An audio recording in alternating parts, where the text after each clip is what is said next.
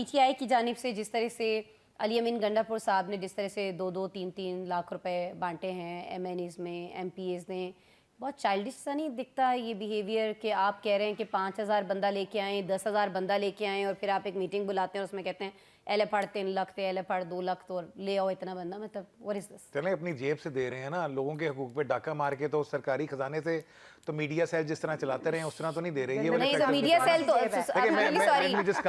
Social media पर जिस तरह से सरकार के खजाने से केपीके में पैसे लगाए गए वो भी सारी रिपोर्ट्स तो यहाँ पे सबको वो भी पता है कि प्राइम मिनिस्टर हाउस में किसका मीडिया सेल खुला रहा, किसका सोशल मीडिया सेल यहाँ पे कहाँ से चलता रहा, वो रियलिटीज भी है। दूसरी बात मुझे थोड़ा सा अलाउ कीजिएगा, सारा शऊर क्या पीटीआई के लिए है या सारे यूटर्न जो है वो उन्हीं के वोटर्स के ऊपर फॉल करते हैं? इससे पहले मुझे क्यों निकाला? और जो पुराने शऊर हैं, क्या पीएमएलएन की मीटिंग में आज तक किसी बड़े से बड़े लीडर की जरूरत है कि वो बैठ के नवाज शरीफ के डिसीजन के ऊपर कोई बात कर सके?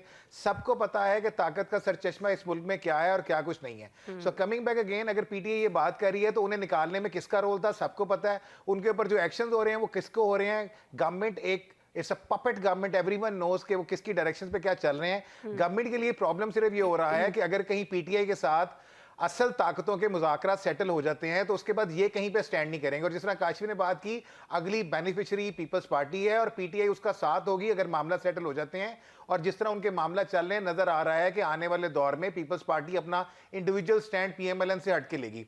कमिंग ऑन दोस लाइंस जो आपने बात की, देखें उस पर पीटीआई ने स्टेट स्टांस दे दिया है कि अली अमीन गंडापुर अपनी जेब से दे रहे हैं। मैं आपको एक गुजारिश करूं, हर जगह पे हर बड़े प्रोटेस्ट पे हर जमात के एमपी एमएनएस को टास्क दिए जाते हैं। उनको कहा जाता है लोग लेके आए, ये कोई नया चीज नहीं हो रही। उनकी जिम्मेदारी होती है, वो लोगों के इलेक्टेड नुमाइंदे हैं, उन्होंने लोगों को लेके आना होता है, उनकी जिम्मेदारी होती है कि उनके लिए अरेंजमेंट करे। दूसरी बात कि पीटीआई ने बाकायदा तौर पे अपने ट्वीट्स में वेबसाइट भी डिक्लेयर कर दी और वो मेंशन कर रहे हैं कि 1.5 साल से हम फाइनेंशियल क्राइसिस में हैं and they are seeking people support. मुझे नहीं पता उसमें कितने पैसे आ रहे हैं क्या कुछ नहीं, but they are seeking people support. PTI वो वाहिद पार्टी है जो आज तक भुगत रही है कि उन्होंने अपने सारे के सारे अकाउंट्स शो किए इलेक्शन कमिशन को, इवन के उसमें क्या है कोई और पार्टी मुझे बता दें जो सवाए रजिस्टर के लिखने के अलावा कोई जमा कराती हो कि हमारे पास पैसे फंडिंग कहां से आ रहे हैं।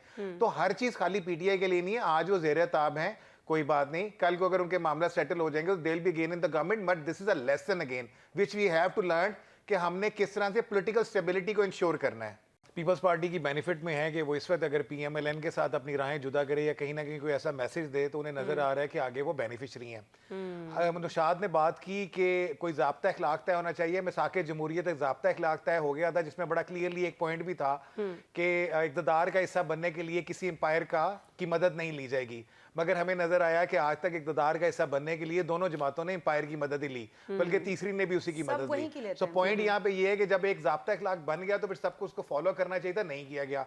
अब सिचुएशन है, मैं अगर पंजाब की बात करूं, आई जस्ट मेट गवर्नर, बहुत रिजर्वेशन है और ये माइनर रिजर्वेशन है। आप इमेजिन करें चेयरमैन सेनेट की रिजर्वेशन पे, सिफारिश पे पंजाब गवर्नमेंट ने, जिसमें सीएम साहिबा ने मुल्तान में एक पोस्टिंग नहीं की, उनका हर बंदा, हर एमपीए, हर चीज़ आगे गवर्नर को कंप्लेन करता है। गवर्नर वो बात आगे बिलावल भुट्टो जरदारी तक पहुंचा रहे हैं कि पंजाब में हम कहीं पे भी अपने वर्कर्स को, मैं बैसियत गवर्नर भी उन्हें ना कोई रिलीफ पहुंचा चाह रहा हूँ, ना कहीं उन्हें हेल्प आउट करना चाह रहा हूँ, बल्कि जो डायरेक्शंस मैं अगर कहीं ना कहीं देता हूँ गवर्नमेंट को एज ए वफाक का नुमाइंदा, तो वो उसको भी फारिग कर देते हैं। जिसकी सबसे बड़ी एग्जांपल यूनिवर्सिटी के वाइस चांसलर की थी, जिसमें गवर्नर की एक भी सिफारिश नहीं मानी गई और टेक्निकल तरीके से उन्हें नॉकआउट किया गया। Same goes over there in multiple things. और नैयर साहिबा की बात से एग्री करूंगा कि जितने भी इसमें 26वीं आईनी तरमीम में जितने भी लोगों ने इस हमाम में अपने हाथ धोए हैं ना, सब ने बेनिफिट लिए हैं और सब ने कहीं ना कहीं बार्गेन किया है। हाँ, मगर सिचुएशन ये है कि पंजाब गवर्नमेंट किसी सूरत विलिंग नहीं है। वो पीपल्स पार्टी को साथ रखना चाहती है, वफाक में भी और पंजाब में भी, मगर उनके काम नहीं करना चाहती और वो ब्यूरोक्रेसी को ज्यादा खुद मुख्तार कर रही है,